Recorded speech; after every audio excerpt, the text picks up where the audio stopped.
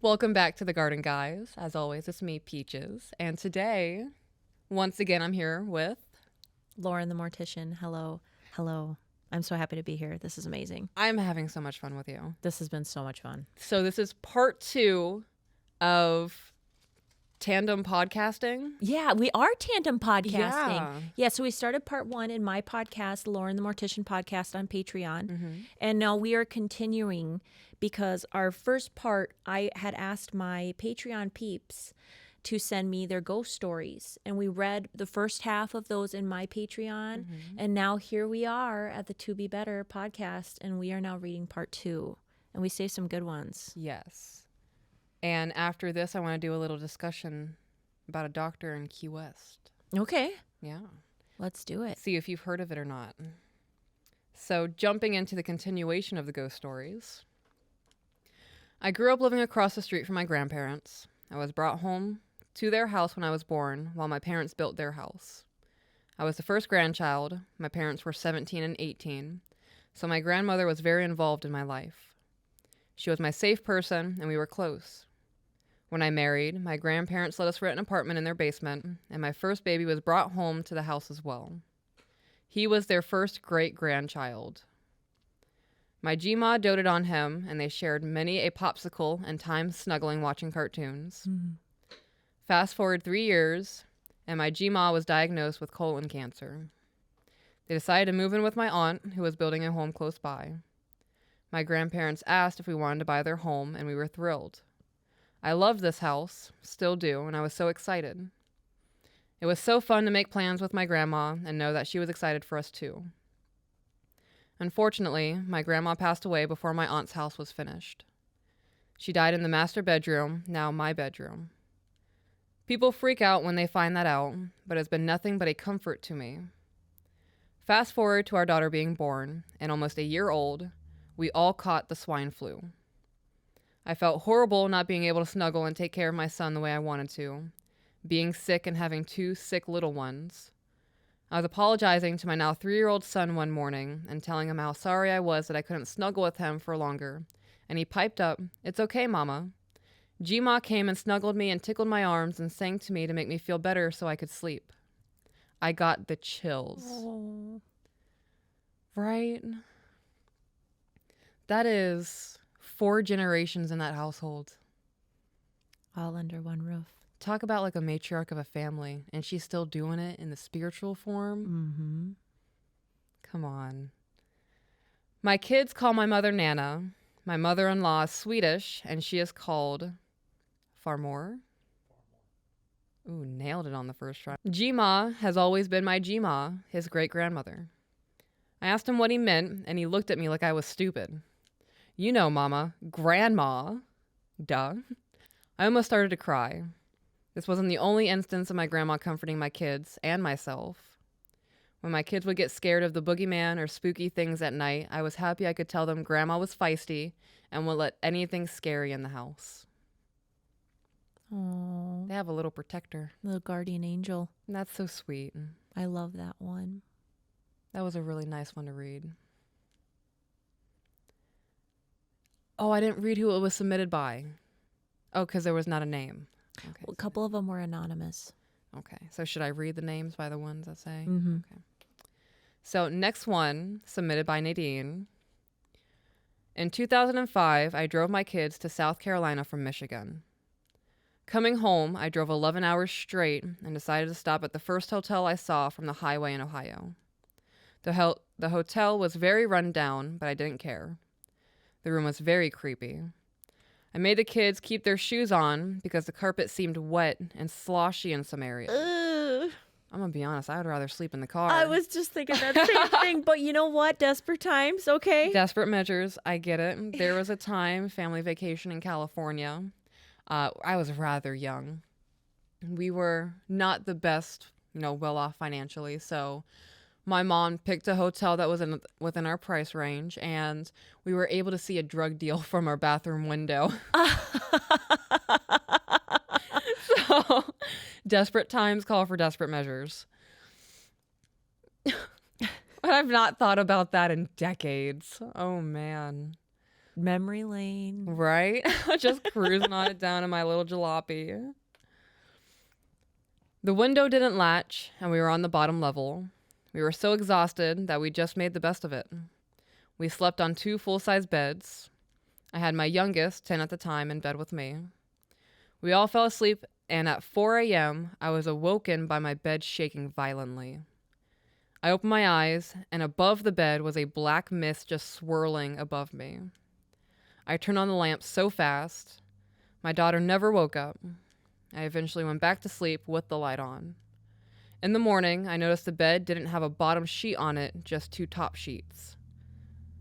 Oh, what is this about to say? I have goosebumps. The top sheet that was over the mattress had moved and was exposing the mattress. I pulled the sheet back as I saw something, and the mattress looked like it had a huge blood stain on it. We immediately left the hotel. Chills. Right, like just straight down the spine, like starting in the shoulder blades. What a great family trip. What a great time. They slept on top of it. They slept on top of it. On 2 top sheets, not even on them. That's not even a barrier. That's nothing. That's nothing. The paper towel would have done more than 2 bed sheets. I'm gonna take a bleach bath after that. Makes me want to unzip my skin and give it a good shaking. Don't you know? Dust it like a rug. Oofda. All right. Next one and the last one. Submitted from Andrea. It's June of 2006 in southern New Mexico, and I'm a teenager on summer vacation. My mom teaches anatomy and biology for summer school and would usually come home on her 45-minute break as we only live a few blocks away. My sister was working that summer during most days, and so I'm always home alone until my mom comes home for lunch. As any teenager in the summer does, I'm sleeping in till the afternoon. We lived in a small, single-wide trailer with a tiny air conditioner that really only cooled the back and middle of the trailer, and so both bedrooms on each end were usually warmer than the rest. Mine particularly, since it was on the west side and the farthest from the AC. It's hot by 9 a.m. in New Mexico, beginning in May, so by June, you can imagine it gets pretty toasty. My bedroom, for whatever reason, had 0 overhead lights or working outlets, leaving me no option for lighting. However, I had a teeny tiny bathroom in my bedroom that had a small window that I would use for my light source. Stop. Was your room converted from something? How did you have no outlets? Sometimes that happens in a Really? trailer. Like, yeah. Terrifying. And they're really small rooms, too. Yeah. It might not have even been a bedroom. It could have been, like you said, converted from something else. Yeah. A lot of them don't have, I've seen a few that don't have laundry rooms, and they're kind of like a storage, could be. Okay. Hard to say. I read a book, one of my favorite books. It's called The Old Willis Place. It's a ghost story from my childhood that the pages are no longer in the cover. Like, the spine is nothing. It's more of just a placeholder so I know where it's at. And in that book, it describes a young girl and her father moving into a trailer on a property to watch over the land, the estate. And she describes her bedroom. It was towards the back end of the trailer. It was like one of those metal submarine-looking ones. And I recall the description of it being super tiny. She could only fit a bed, a bookshelf, a rug, and a desk in there. So having that visual does kind of help a little bit. I'd have so many flashlights, candles, lanterns. I like the dark. You like the dark? I like the dark depending on what's going on. I like the bedroom to feel like a den. See, I feel safe in the bedroom. If I'm outside walking towards the trash can and I hear something down the street, I'm bolting. Take cover. There are times in the house where I have to go to the kitchen. I don't feel as safe in the kitchen as I do in the bedroom, especially when my husband is not near me. And like I said on your podcast, what am I supposed to do? Punch a demon in the face? No. So I will 100% like skirt from the kitchen, tiptoe, run across the house. Our house is massive. You were in it. Yeah. Yep. That's a lot of space to cover if I'm being chased by something. And your house doesn't do a loop. Like if somebody was chasing you, you couldn't do a loop like around the No. living room. Like it's just like a straight line this way. yeah, there's no loop-de-loop There's and no pool here. loop-de-loop. It's Like you can run away. I could get cornered very easily in that house. Oh. I'm glad we're remodeling.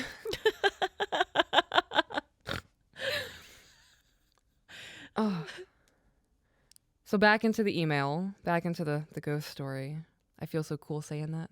Is this a thing you regularly do, ghost stories? Oh, this is new. Oh, this is new. I'm here for this. This is only my third This is only my third podcast. That's right. Yeah, You just did number 3. Mm-hmm.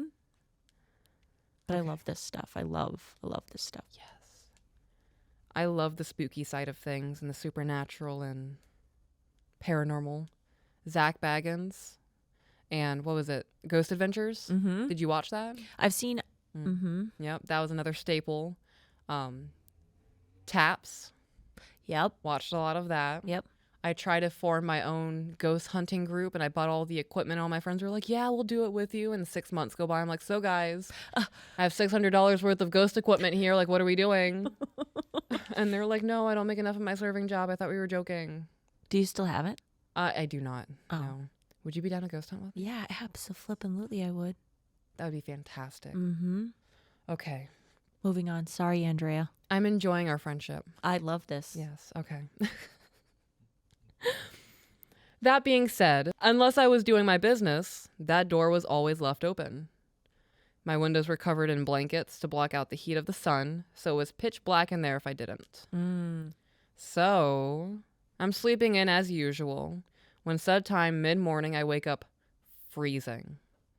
And I didn't even wake up enough to ask myself why my room was ice cold in June at this hour, because I was more annoyed that I woke up out of my deep sleep before 1 p.m. A much bigger deal for my teenager. A much bigger deal for any teenager. So I gathered my comforter and half asleep walked to the opposite end of the house and crawled into my mom's bed without any further thought and knocked back out. What I miss being a teenager with no worries in the world. I know, and you get to sleep in and no bills. Yeah. Yeah. Mm-hmm. I miss that too. I hate it in this room, so I'm gonna go in my mom's room. Mm-hmm. Yeah. Just like she did, because she was freezing her butt off. Mm-hmm. Didn't think about why she was freezing her butt off. Right, just the inconvenience of waking up before 1 p.m. Yep. We have kids. We don't get to do that anymore. Oh gosh, no. Mm-mm. Yep, 5:30 or 6 a.m. Yep. Yeah. Out of nowhere, I'm stirred awake by my mom yelling, Andrea, what's wrong? Hey, are you okay? I realize she's at the opposite side of the house in my room, and not wanting to get up, I yelled back, hey, I'm in here, her room. What's going on? My mom comes running down the hall into her room, wide-eyed and clearly freaked out. What are you doing in here? She says. I came in here to sleep. Why? What's wrong? I respond. She goes, who's in your bathroom then? Puzzled, I said, what are you talking about, Mom? It's just me here. She responds, I heard you crying in your bathroom. The door is shut and locked. Yep. My neck. Mom, what do you mean? You hear somebody crying in my locked bathroom. Oh, okay. I feel like I want to get a blanket and like hide myself a little bit and kind of like peek. Could you imagine? So they're staring at each other in that moment. Is the crying still happening in the background? Mm-hmm. That's how I'm taking it. Oh my God. Like she's waking up, mom's panicking, she's coming to, and then she finally recognizing the sobbing in the background. What if it was actually somebody crying in the bathroom and not a spirit? Jesus. Like, what if someone actually broke into your home while you're napping as a teenager? That's why we keep guns.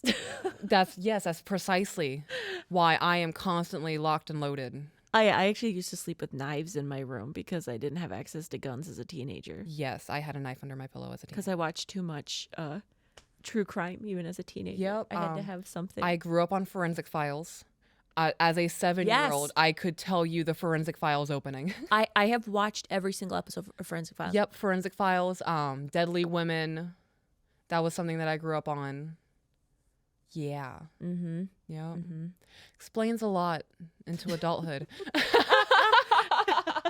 I wanted to do forensic stuff. Didn't get there. But yeah, Yeah. I love watching. But when you do it every day, it's not as interesting. And I think, Right. like, I imagine it becomes predictable. yeah. Mm-hmm. Saw that coming. Mm-hmm. Jack. Try again. Now try again. I also looked into forensic. I took some forensic classes. So my senior year of high school, I took forensic college classes. I was going to be a plethora of things. You were going to be a funeral director.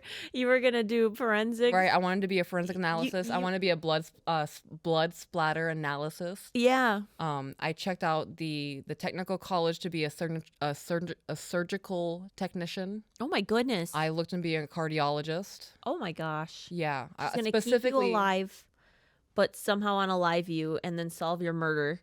Yeah. And then bury you. I was going to do all of it. What are you doing in here? She says. I came in here to sleep. Why? What's wrong? I responded. She goes, who's in your bathroom then? Puzzled, I said, what are you talking about, Mom? It's just me here. She responds, I heard you crying in your bathroom. The door is shut and locked. We both bolted down the hall thinking some crazy person is in the house and we're not to be messed with. I get to the bedroom, and sure enough, the bathroom door is closed and locked from the inside.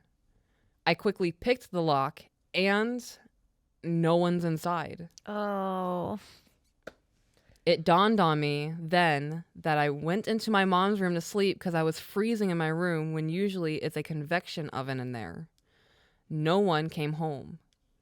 There's definitely no open windows because we don't waste precious air conditioning in our house. And it takes physical effort to lock it from the inside. That's a wild story. There's more. Oh, is there more? There's more to it. That is just one of several weird things in that particular house that ever happened. Whatever was there would also constantly mock our own voices. Oh. I'd hear my mom sneeze in another room when I was home alone. My boyfriend and I heard his brother, my sister's best friend, clear his throat, followed by, what did you say? When him and my sister were at a Taco Bell run for everybody. Weird shit. So the spirit was in the house mocking them, copying them, even when they were gone. So you'd be in one room and she heard her brother clear his throat in the other room, but he wasn't actually there. He was gone at Taco Bell. That is some mind fuckery right there. That okay, we've watched enough of Haunting. That has to be a demon. That has to be a demon entity. It has to be. My mind also went to like a Wendigo. Yes. Yes. My family and I, however, are all very sensitive and have quite a few stories of paranormal happenings going back a few generations. My sister and I personally have had several premonitions as well. Premonitions scare the fuck out of me. We need more. I need those. Send those to me. Andrea, come back, girl. We need them. Feed us more. We need more. give us the energy. This gives me the same like adrenaline kick as walking through Hallowscream. Do you do Hallowscream? Do you do jump scares and whatnot? I don't like to be the first person in the jump scare. You can go first and I'll be second. I'll go first. Let's talk about some of our own personal ghost stories. Okay. Tell me yours. You tell me yours and I'll tell you mine. So we're going to go all the way back to my mom being a teenager. My grandma had an Ouija board. And she always told my mom and the siblings, like, don't touch it. Yeah. Don't play with the Ouija board. You don't want to fuck with it. You don't know what you can unleash. And my mom, being the teenager that she was like, okay. Took it into her closet and started doing the thing. And she said that after a while, it started spelling things out. And at one point, she was like, how many of you are there? And she said, there's 7 of us. And at some point, Satan himself takes over. And he's telling her, you know, if you promise me the soul of your firstborn, me, to him, she will have everything she ever wants in her life. Fame, riches, all of that good stuff. Oh, your mom told you this story? Yes. And she, at that point, was like, I'm not doing this. Like, they ended up burning the board. Oh, I heard you're not supposed to do that. You're not supposed to do that. Uh-oh. But they burned the board. And throughout my childhood, I experienced a lot of shit. One of those things being specifically when I was home alone as a child, I would hear several voices saying my name. Oh my God. And calling for me. And I had a lot of nightmares of being chased by things. And like, there was one night where I was on my bed and I can't remember what my dream was, but in the dream, I felt something grab my foot and I woke up to my body slamming on the ground. Oh my God. Like something pulled me out of bed. Yeah. My mom, growing up, she had this pink robe that she would wear. And I remember waking up one night and my bed was really high up off the ground because I loved being super high up in the air. It made me feel like a princess. And I woke up one night and I was looking into the corner of my bedroom and I know I was still asleep and like the TV was faintly glowing and I had like my orange nightlight glowing in the room. And I saw my mom standing in her robe facing the corner, not looking at me. I just saw her back. I'm getting goosebumps. This is like some horror movie shit. Right. I just saw her facing the corner and I was like, Mom, what are you doing? And like, I'm calling to her and it's not moving. Mm-mm. Just standing facing the corner. Mm-mm. And at some point, like I start panicking and I throw the blanket over my head and I stayed there for the rest of the night. At some point I fell back to sleep and I remember asking my mom in the morning, I was like, why were you in my room last night? And she was like, what are you talking about? And she started getting frustrated with me. So I was adamant, like, Mom, you were in my bedroom. You were not looking at me. You weren't answering me. You were just looking at the wall. And she's like, I wasn't in your fucking room last night. Oh my gosh. Yeah, that was one of the first memories that I have of being absolutely terrified. And that house was brand new. My mom had that house built. So oh my God. It wasn't like there were previous owners. No, so well maybe the land was haunted? It could have been, yeah. Cuz watched enough A Haunting to know that if you get buried near a burial ground, stuff can happen, little poltergeists. Yeah. Not very little. Quite large, really. That's scary. Yeah. That's happened like your whole life? Things like that, yeah. Yeah. There was, so I've had 3 pregnancies. I lost 1 pregnancy. And I've told this story before. I think I told you. Did I tell you the demon story? No. No? Okay, so this was like the first interaction that I had with a demon. And I was like, I'm done with the occult. Like, I was a pagan at that time. I was in like witchcraft, all of that shit. I had, what was it? Raven Silverwolf. She has a massive compiled like how-to Wiccan. Oh, and okay. I studied that shit like the Bible. Like, I was deep into that. And I was pregnant, found out I was pregnant, was not planning to have a child.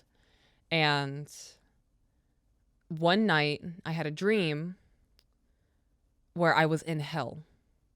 And like, there was the lava coming out. It was hot. I could feel like the heat on me. And I was running barefoot so I could feel the heat on my feet. And there was a demon chasing me. Oh my. And I'm running and I come into this cavern. It's like a dead end. And like there's the lava seeping from the rocks. And there's these massive boulders with like embers burning in them, like cracked and shit. And I find one that I hide behind. And I push my back against it. And I could feel my back getting hot. When I woke up, my back was drenched in sweat. I don't know if it correlated, if my body was just whatever, but that was a thing.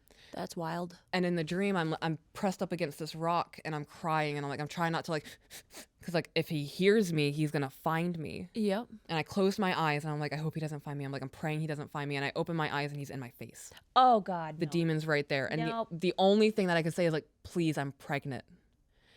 And this demon looks at me and goes, not anymore. And I woke up and I lost the pregnancy like that morning. Yeah. Oh my gosh. Yeah.